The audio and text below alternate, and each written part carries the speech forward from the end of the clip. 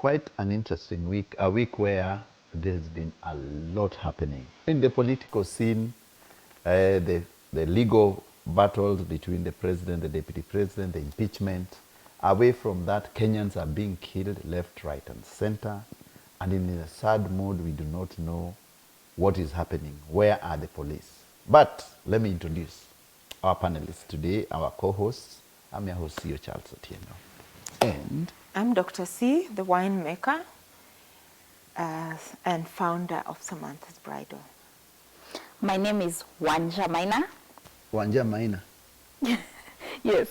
Only? There's some other things you do. Ebu tuambie. Well, I do quite a number of things, and first I work with young people in an organization. We do a lot of work around civic empowerment, economic empowerment. I am also a writer, a blogger, and an active citizen. Active citizen? Yes.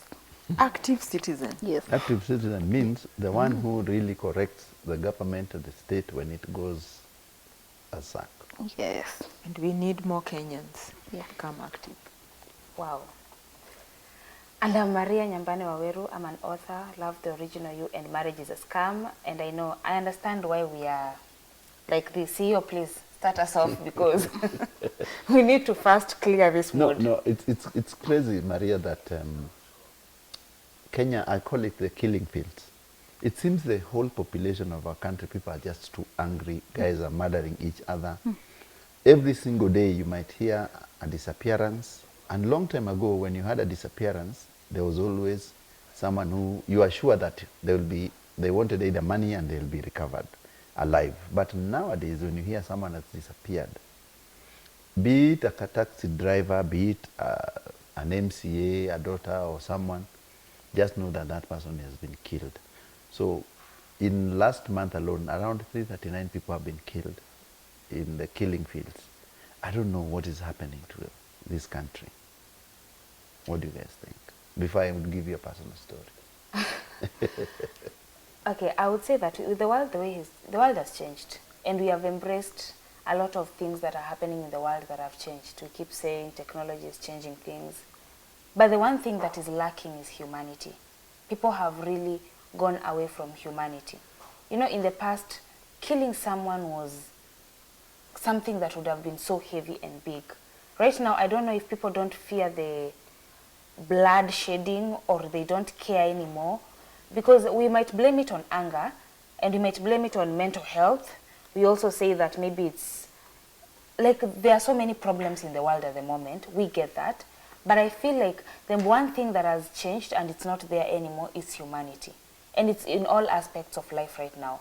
Anywhere you go, people are less human than they used to be. People are a bit more considerate of others. And I get it that every day you must be made angry by someone. Every day you must have an issue with people because, let's face it, we have issues from as little as our families at home. Our colleagues, everywhere we work, there's always an issue that arises. But the fact that people cannot solve their issues now with communication, or at least the law, if it gets worse, humanity is the only thing that I would wish people would not lose, even with the times changing. Because if someone can take a life and not feel a thing, and with these murders, it was not like the murders whereby you will say that they closed their eyes and used a gun, or they took a knife and stabbed once. No. Or they even poisoned. There was something that they did once. Most of these murders happen to have even body parts missing. And you ask yourself, how did you, as a human being, saw a fellow human being and decided, I am going to do this to this person? Like, do people not ask themselves, walk in each other's shoes for a little bit and understand that this is bad? Or do they first do drugs or drink or just make sure they're not out of their minds before they do it? Because I don't understand how a sober human being can take a life, no matter how angry they are or how much they are getting paid, or there's no solid reason of why a human being can take a life of someone else. And I wish that humanity will be brought back to life, even as the times are changing. Wow, quite heavy, really. First, you know, with these stories of killings and murder, sometimes when we speak from an outside perspective, it's different than people who are actually experiencing it. So I would imagine how devastating it is for their families. This year has been quite interesting and sad at the same time. It reminds me of around 5-6 months ago when we had the End Femicide March, where women were in the streets of Nairobi, a very big protest. I believe the women were in their tens or thousands, I would say. And the pattern is the same. Young women killed, some by intimate partners who are known to them. And now the statistics, as CEO has told us, the numbers keep getting worse. So you ask yourself, is it that the people who have been doing it have not faced the justice that will scare other people so that it becomes a deterrent? That is the one thing that I really struggle with. That said, as a country, there are some stories you hear and they really destabilize you. Some people would argue, and I've had people argue this way in the streets, that the reason why people decide to harm others, it's because they feel like if they follow the legal system, justice haitapatikana. So is it that people have lost faith in the judicial and the justice system? So they're like, huyu nikimpeleka kotini atanishindisha kotini for many years, kesi inaenda ikisukumwa, I'd rather just take the law and the justice in my own hands. That way, human life is, initangwaje, sacred, sacrosanct, whichever word that is.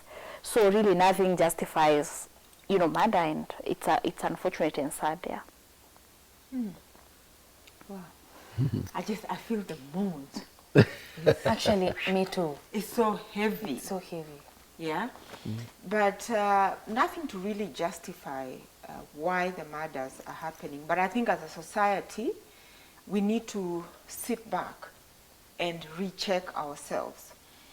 I'm just, these murders remind me of Nigeria. If you've been to Nigeria, do you know everybody is moving around with a team of, like, you leave the airport, or if you're new in the country, you're driving around with like a bigger motorcade than even our president. You've been to Nigeria? Murders and kidnappings are just like the day, like it happens like every day. And it's so sad to see that Kenya has reached there. I think so that this thing of glorifying, everybody knows when you're get into power, or somebody steals, or there's some kind of glorifying money. So people just want to make money sometimes. And all these things, if you ask me, there's a money route to something. Either to get wealth, whether it's property, whatever it is, or power, political, something to do with power and money and greed. So I think as a society, we need to look at who are our role models. Because if you're going to glorify some kind of people, these things, when they come home, we need to be reminded to actually remember that, you see, you glorified so-and-so, and they had done this, so it just seems to be okay. From basic things like somebody has not been to school, and they go ahead of the line, and they are doing much better than, they get jobs they shouldn't be getting, and the people who actually are qualified are not getting it. There are a lot of unfairness within the society. So people, I think a lot of people are just seeing, kama ni mbaya. I'm thinking so. So yes, the court system, but also there's a lot of people who want to gain whether power or money in a way. They want to take shortcuts and reach wherever they need to reach before. I think you've really covered it well, what Wanja and you guys have said. But the biggest problem, I think, in this matter of murders is the police. Is how well are we prepared to protect the life of citizens? You see, I saw the other day President William Ruto announcing that, or nominating Kindiki as the deputy president-elect. And the question is, the citizens should always have a position and ask Kindiki, who is my good friend? what has he done with the docket of Interior, which is in charge of protecting Kenyans and human life in Like the the country? boys who actually, sorry to interject, the boys, the Gen Zs who disappeared. Yeah. So if we are going to glorify him and reward him with even a bigger seat. Yeah, so my question is, we need to sit down and take the people who are being given these positions to task and ask him, and the numbers are there. Every single week, people are being killed, are murdered, are kidnapped. What is his department or ministry doing? You cannot be rewarded with a bigger seat, yet in August, Gen Zs disappeared. And many of them were killed. And parents are looking for their sons and their daughters who they will never see again. He has not come, and the government has not come, and the agencies, the multi-sector agencies have not come to tell us where these guys are. And then now, every day, someone disappears. At least 7 people per week, and all of them are confirmed into deaths. There's that girl, young girl in Thika last week. There are those 2, the women in Isili, and there is my relative Willis Ayeko who passed on, who was killed gruesomely. Sorry about that. And I had to go, and when you see the way people kill each other, you wonder that there's a bigger problem we have to deal with. And the country must sit down and ask the people who are leading the security forces, because when someone disappears, you know there are roadblocks on the way. You are told this person, this vehicle has been seen here. You send a team, and you can rescue people. So that is a deterrent. But the police force or the security agencies do not actually put an effort in searching for the people who have disappeared. And that's why every day we find people are dead. But the big question is, why are we selecting or rewarding people who are supposed to protect Kenyans with bigger seats? And I can tell you, none of us people who sit in the media who have questioned these things and say, Kindiki, you are being appointed the minister, the deputy president, you have been the minister for Interior for how many years? 2 years now. In your tenure, more Kenyans are disappearing in the streets, more Kenya are being found dead. The hyenas are killing people in Juja every day. You remember the Nanisi, you remember the Kware story? Yeah. Where the guy was arrested and then he was taken to a police And station he's and then outside. he disappeared. And he's outside. You ask yourself, I mean, even if it's a movie, it's poorly scripted. How can you find bodies? Then you police have red panties of saying it's a serial killer. Then someone is in the police. What happened then to the serial amepotea. killer? He disappeared. He disappeared from the police Oh station. my God, how Kenyans forget. What happened? There was a serial killer, yes. Yes. So that's what I'm Now he saying. just disappeared today. So the guy disappeared in thin air. Yeah. Yet, our security agencies are not answerable to us. And the person who is in charge and the leaders of these multi-agency teams have not come to tell us that they are actually actively looking for this man who have killed many women in Kware. But if they tell us they're actively looking for them and they never find them at the same time, actually there's never justice when it comes to these murders. Yeah, but what we need is that the person, if you're given a responsibility, you must serve the citizens. And this one actually lies in the door of Kindiki. He's the interior minister. He has to tell his teams to pull up their socks.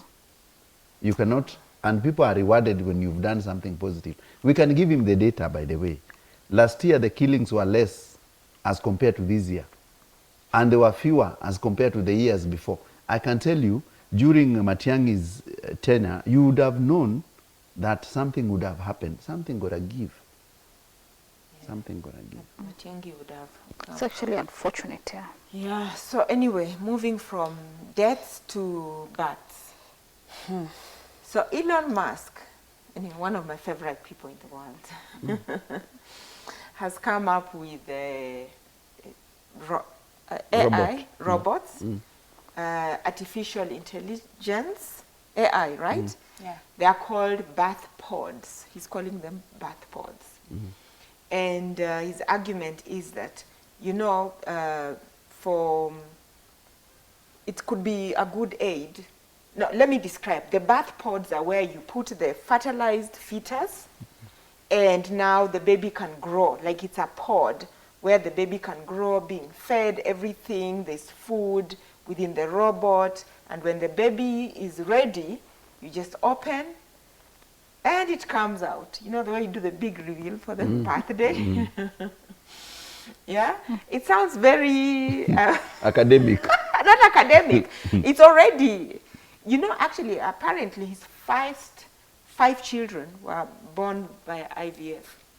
The second one, the third, the girl whom he had with that musician Grimes, the girl was born with a surrogate. Yeah. So let me talk first. I think this is an advancement in humanity. Yeah.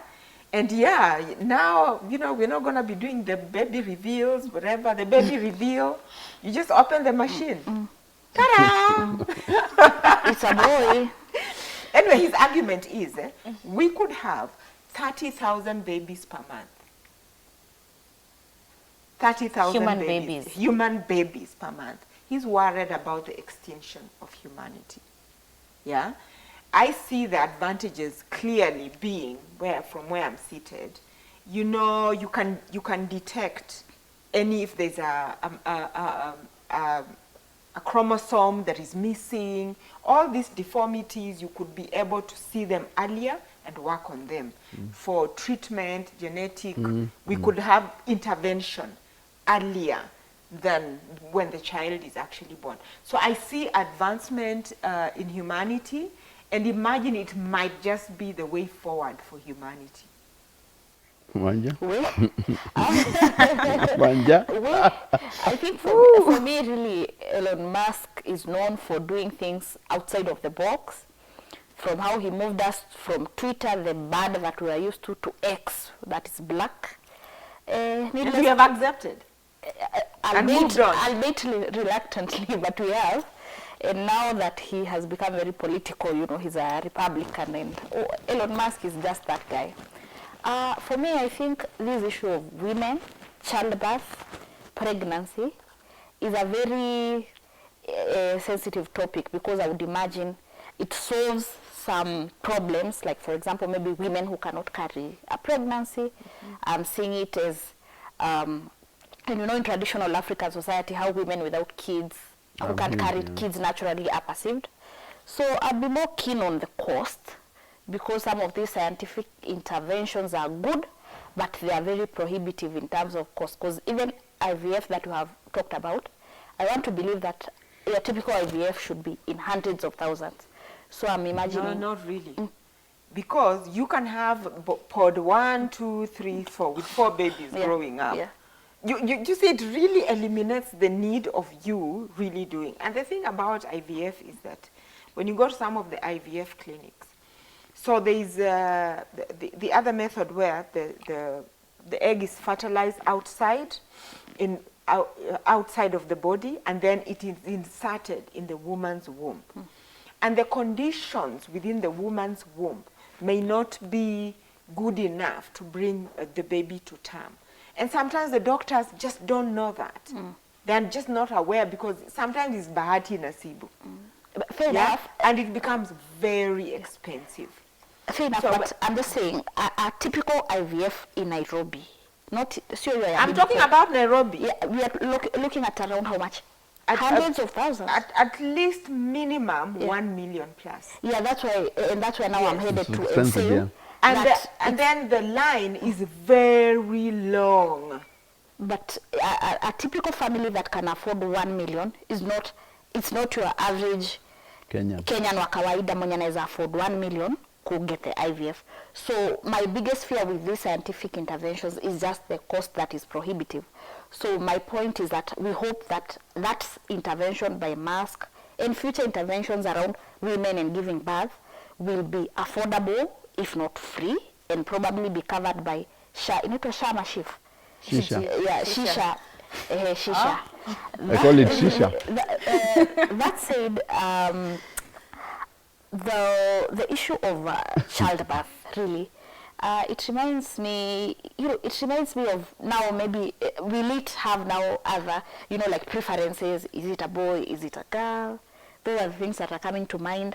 Will it be just, will we be deciding, this one is, how will the future of discussions like access to abortion, those are the contemporary topics now, pro-rights, anti-rights. Who decides if we keep this, we keep this baby, who doesn't decide, who decides the gender. So I'm foreseeing very interesting, discussions in the future around that. But by the time, I think let me just answer her. By the time we are actually there, I think science will be so advanced that you can actually tell the Y chromosome, from the Y or the X chromosome from very far. So you just choose. It's literally a supermarket. You choose, I want that, I want a longer nose, I want that, I want that. And but by the way, that's the direction. Yeah? The direction. I mean, if we already saw by far, and then can these ones survive on Mars? So what are they? Because now we have all these buses that are taking people in the space. Yeah, it's very interesting. Yeah. It's a supermarket, pick and take. Yeah. Okay, let me take this opportunity to shine as a pastor's daughter and just say, in a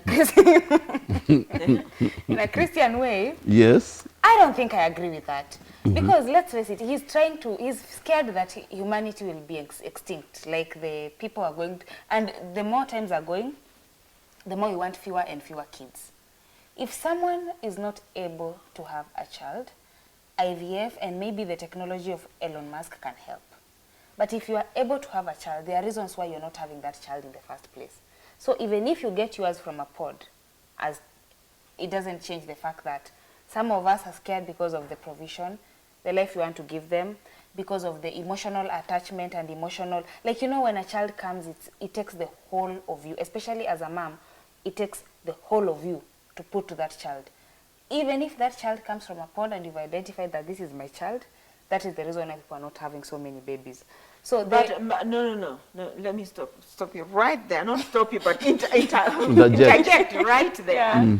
That, number one, when you speak to women who've had children through surrogates, it's not different. Yeah. If you speak to women who have adopted, families that have adopted It's not children, different. it is not different as bringing up even your own child. Yeah. Yeah? It's the same. So, and then if you agree that you can get a kidney, you agree that you can do a brain surgery transfer or something like that. To save a life. You agree that you can do a heart transplant. It's the same God who is giving us the knowledge. Giving Elon Musk. Talking of the Bible, in the last days, God says there shall be increase in knowledge. Okay? And this is part of the knowledge that has increased. Now, if you're going to go pastor's way, right? But, for me, I'm just seeing the cultural, I'm seeing the cultural. We are diluting the sense. Surrogates. You see, like in Kenya here, the law is such that, and I think I've seen it even in the papers, the law is such that when you use a surrogate, that child belongs to the surrogate. We don't have laws that say whoever carries the baby is your child, whether you're surrogate or not surrogate. And that's the point. That's the law. Even adoption, even if and you go and adopt. And then some of these surrogates, they are drinking, they are on drugs, they are on all sorts of things. Now, with a pod like that, the conditions are just perfect. So did you finish? No, I did not finish. Let her finish, Dr. C. I was interjecting the Bible thing. So my point here is, we should encourage humans to have more babies. Whether it's surrogacy, IVF, adoption, or giving birth, we should encourage human.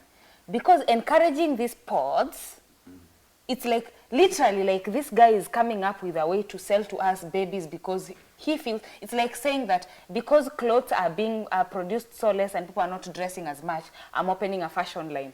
No, this guy is actually literally coming up with a system to fill children in the world, so that, because as humans, we love the shortcut. So we are going to go for the shortcut. Now, I feel like the effort made to have those children, whether it's through surrogacy, adoption, whichever the amount you will use even in IVF, or the stress and the depression that comes with that CS, wound healing and all that, I feel like human beings should be allowed the chance to feel that. and should be encouraged to have more children rather than going for them in a pod. Me, I want to come and see your trophies on the shelf. I I want to say something else, yeah? If I hear that pod is functional, I am going, let me take this opportunity to announce, I am going to be one of the first few Kenyans to go and say, now I want to set up a human pod factory in Kenya, if it's actually allowed. Because, I mean, infertility, I think every woman has a right to actually have a child. Very And true. the fact that, and it's very easy for other people to actually really talk about this. And there's so many women who actually are not able to have children. And I also want to take this opportunity to say this. I really, truly enjoyed being pregnant as a woman. It's one of the best things in the world, just being pregnant. But at the same time, recognize there are women who cannot carry child to term, That's true. who cannot, and they should actually be given that opportunity. Thank you. A pod. I will bring pods. Now, what That's I'm pods. thinking is that Elon Musk, you know that the European population has been going in the negative. Oh, okay, yes, it is. It is. Italy, most of the Americans, Germany. I think Elon Musk has just seen a business where he can get more people, Blue-eyed blondes. in the world. Because, and this is my reasoning, because he's realized if you go to Italy, there are very few kids being born there. People do not want kids. But people who want kids are very few. So he's giving them a chance to own these pods because You don't own. You own it for 9 months. For 9 months. Yeah.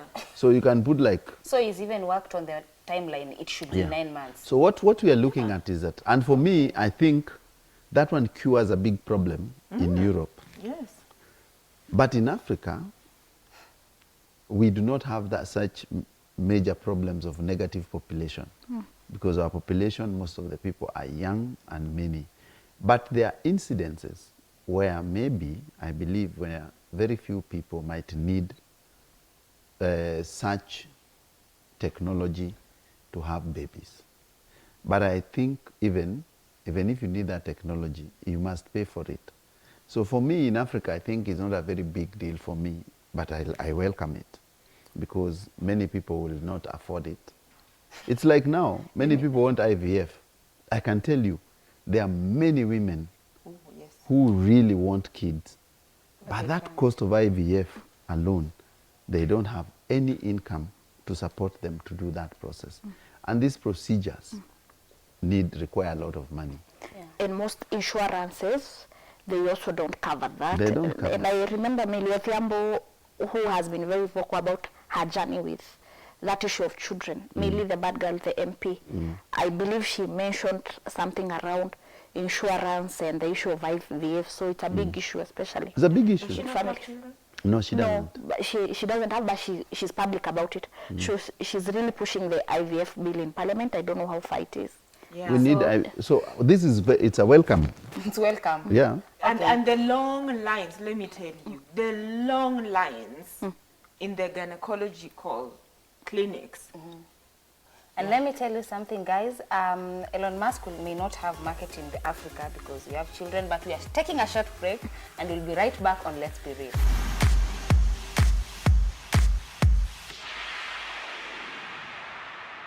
Welcome back to the show. The first part has been very heavy and I know you've seen that. And then this is what happened. We went on break and wine came because, you know, we had to cool. There shall be wine. Yeah. There shall be wine. Just like that, water into Now let's dive into Jesus turned water into wine. Yeah, you've turned water into wine. And There it is. speaking of our religion and the miracles, In Ghana. in Ghana, there has been a big fallout between the churches, the evangelicals, and the government. Remember, these evangelicals were very friendly with the government. You remember they had the group of intercessors. You remember they were saying that these current leaders are God chosen. And now, the priests and the pastors in Thika are saying that whenever they are preaching, some strange people come at the back and they ask them, "Mnasema nini? Mnainvite akina nani?" What has changed within these 2 years? Guys. Mia will start. Start. This union Yes. was unholy in the first place. Yes. Yeah?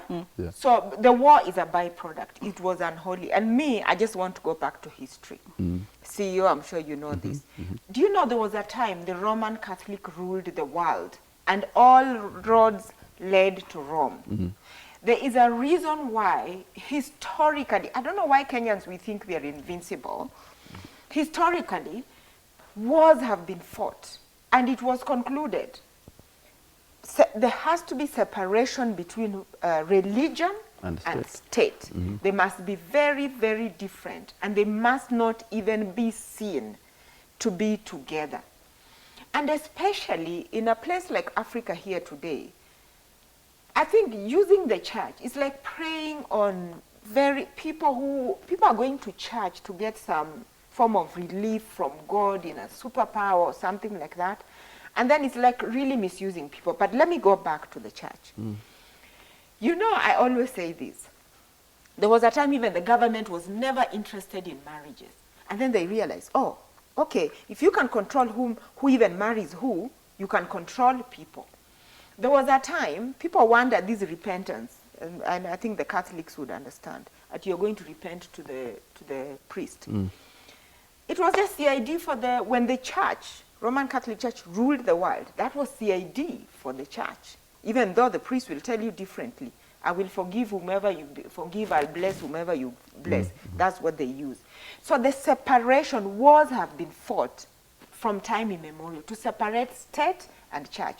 So for the political leaders to go and campaign in the churches, it was wrong in the first place. And it was wrong for these religious leaders who are supposed to be there neutral, for them to get into bed with politicians. It was really, there was a time when the word of the religious leader, if you ask Kenyans, who do you believe? People would say, I believe my pastor. The pastor and the priest reigned supreme. Right now you talk about it. And on that note, there was a time I stopped going to church because of the Shago's wife. Okay. There was a time this guy was just spewing all these political nonsensities that I'm just like, and then these people are sitting here trying to pray for us. I forget it. I stopped. I pray in my house. Maria. What? When you touch the church. Those pastor's daughter, speak, preach. I'm a pastor's daughter, but let me tell you, sometimes Christianity can shame us. They can bring us into shame when they know it. Because, okay, I'm one of these people when I'm in church and then a politician would be invited to talk, pretending to be talking about something And you else. actually sit? No, I will not. I will get up and go. That actually, I don't understand how people are there coming to bring their problems to God, and then they are going to be told to pray for the problems that are caused by the government, and a government person is standing in front of the pulpit. That is like you're mocking God and yourself. But this is the point. Now, if those people are falling out, it's for the best. Yes. It's for the best. Because this entire PR and campaign thing was based on how the churches are going to do the support. Now, if they are falling out, this is for the best. Because now we need to see all this while that they've been showing off and trying to preach to us, making us, actually at some point we looked like we are not Christians. Us who are normal citizens were not Christians. Because it felt like our pastors have left our churches to go and preach for them and leave us here. Who is coming to preach? Now, if any treatment they are getting, they deserve it. Every treatment they are getting, they deserve it. Because they were supposed to help us. They were supposed to guide, to be with us all through this time. But they left us at our worst when we were confused about everything that is happening. So they deserve every ill treatment they are getting. And I hope Kenyans have learned that next time your church is going to be used as a stadium for campaign, you will understand. Or next time that you will see people are driving to go and preach somewhere whereby the word is needed more than yours, you will not stick there. Because at the end of the day, in some instances, we're also suffering as Christians. Christians are the one people that, and let me tell you, unsaved people are good people. You will see people who are unsaved, but you will not go hungry. Do you know how many times someone is driving from church and a woman is walking, one baby at the back, another one at the hand, you are going in the same direction, out and pay a lift. You just drive. Christians are pretentious.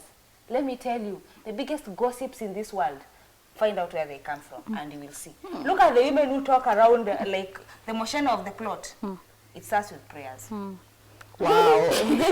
Anyway, but the good news is that Jesus said, it is finished. It's just finished. sit at home and pray.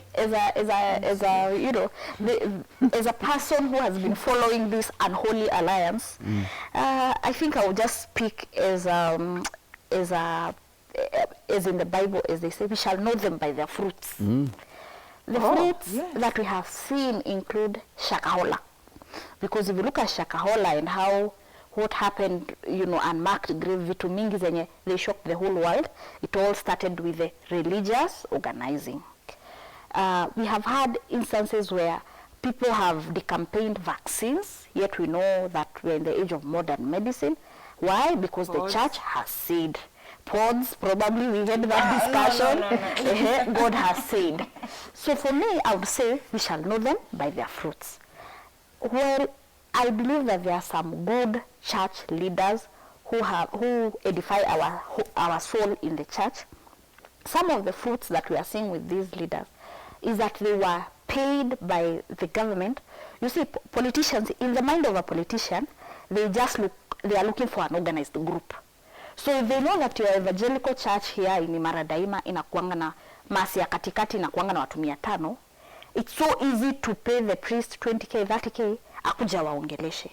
So literally the church leaders wali sacrifice audience yao hivi kwa sababu ya 3 cents, or Jesus was sold for 30 cents or 3 cents. But now these same masses wenye waliwapeana kwa politicians are complaining every day. You know, the thing about these Kenyans ni hao tu ndio wagonjwa, hao ndio wamekosa, tumeita hiyo health, tumeita shakahola, ama tumeita shisha. Hao tu ndio wanahitaji shisha. So the priests are also seeing masses wao vile wakopua, harambe all over. You know, in the last government, I was a board member of a certain high school in Murang'a.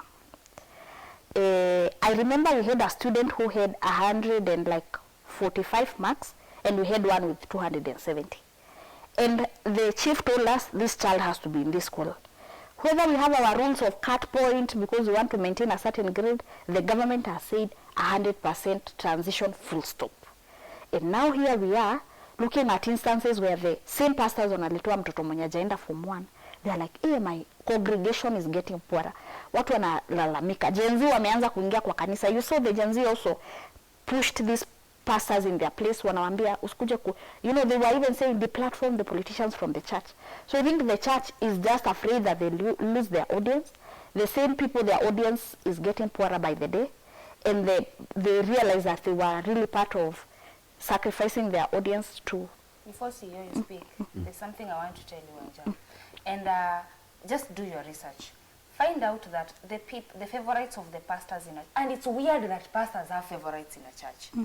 They are these worshippers with money. They are loved so much in church. Gosh. And the ones who serve the most are these with nothing.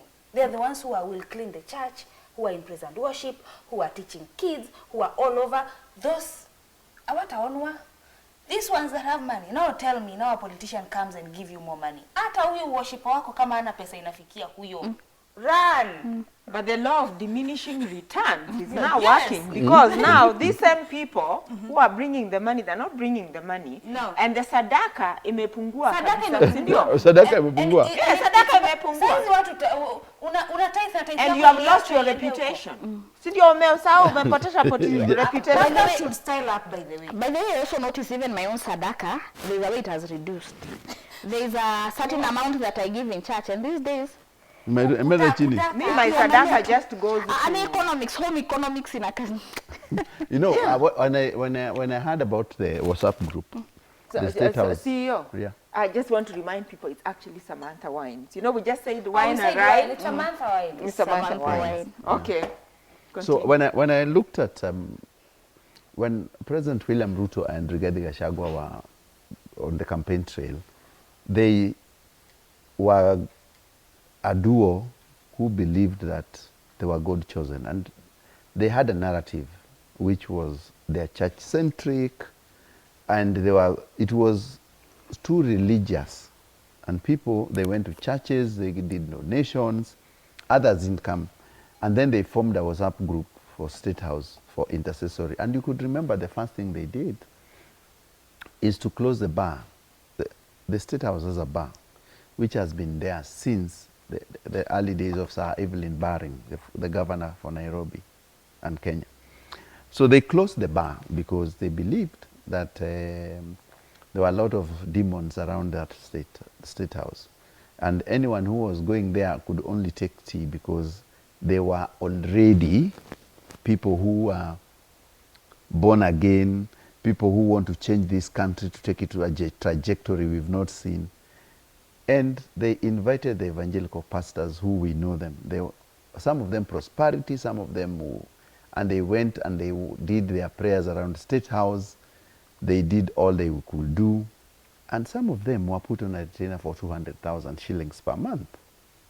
Kenyan taxpayers' money to pray for the occupants of State House. Now, these pastors, they realized that what they had been fighting for, the Kenyans' population and their congregants are asking them, you guys have supported this regime. The taxes are killing us. There are no jobs. Adani is here. There are many scandals coming up. Are these these people are still the same people you told us they are God-chosen ones? And the pastors are now realizing we need to recalibrate. And they're trying to recalibrate. At the same time, the government also is spying on them.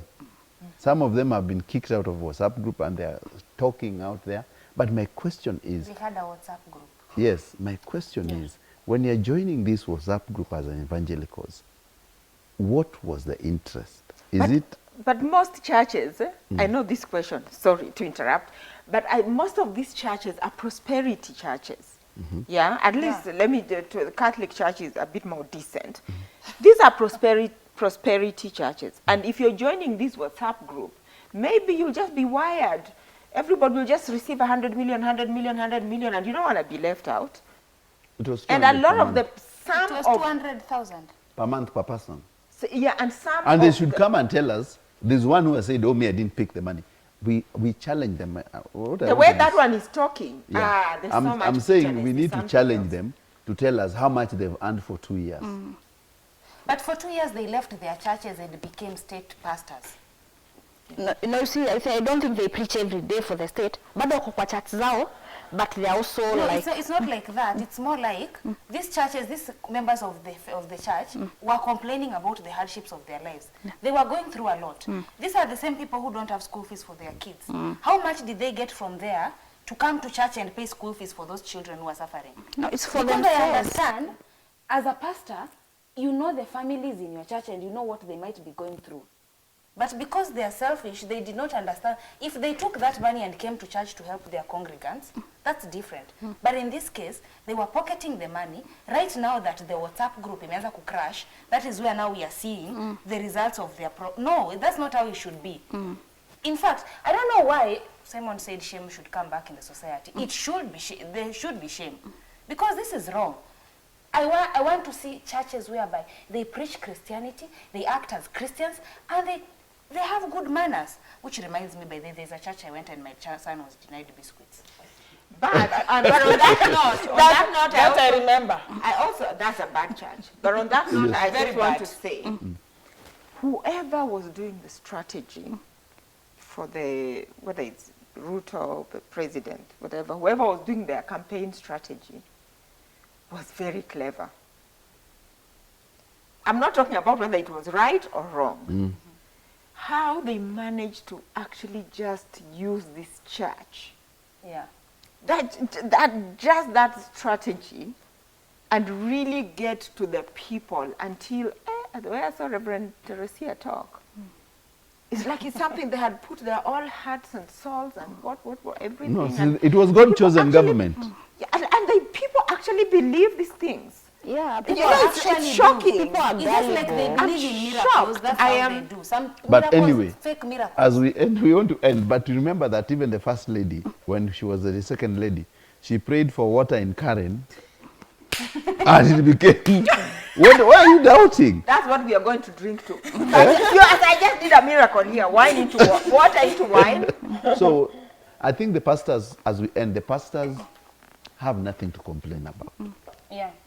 You are the ones who invited the state into your bedroom. We are not part of it. You have earned the money, the taxpayers' money, and now it is your time to pay.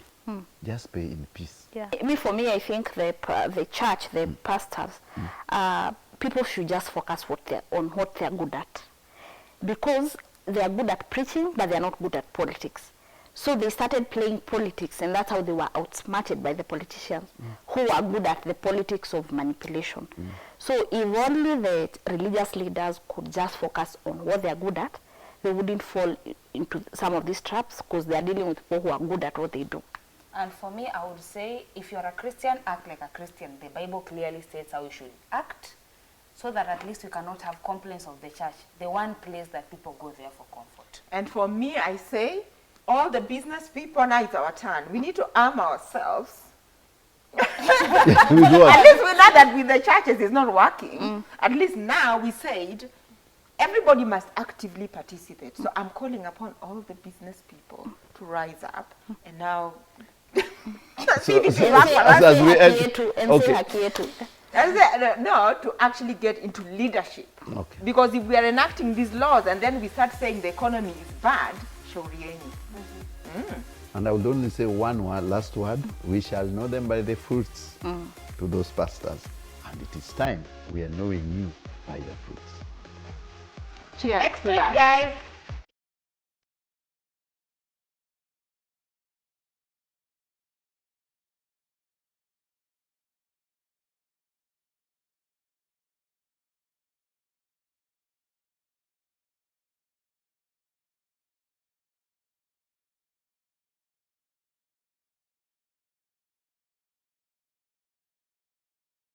Samantha Wines, now available in all the leading wine stores.